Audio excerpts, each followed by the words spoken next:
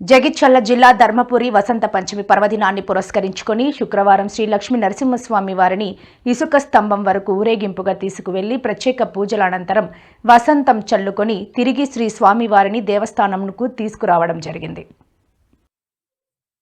ఇట్టి కార్యక్రమంలో దేవస్థానం కార్యనిర్వహణాధికారి సంకటాల శ్రీనివాస్, ధర్మకర్తల మండలి అధ్యక్షులు జక్కు రవీందర్ మరియు సభ్యులు వేద పండితులు పాలెపు ప్రవీణ్ కుమార్ శర్మ, స్థానిక వేద పండితులు పణతుల వెంకటరమణ శర్మ, పణతుల శంకర్ శర్మ, ఉప ప్రధాన అర్చకులు నేరెళ్ల శ్రీనివాసాచార్యులు, ముఖ్య అర్చకులు నంబి శ్రీనివాసాచార్యులు, రమణయ్య, అర్చకులు Bojja Sampath Kumar, Nambi Arun Kumar, Chakrapani Kiran Kumar, Samudrala Vamsi, superintendent Kiran, senior assistant Alavala Srinivas, అర్చకులు సిబ్బంది పాల్గొన్నారు.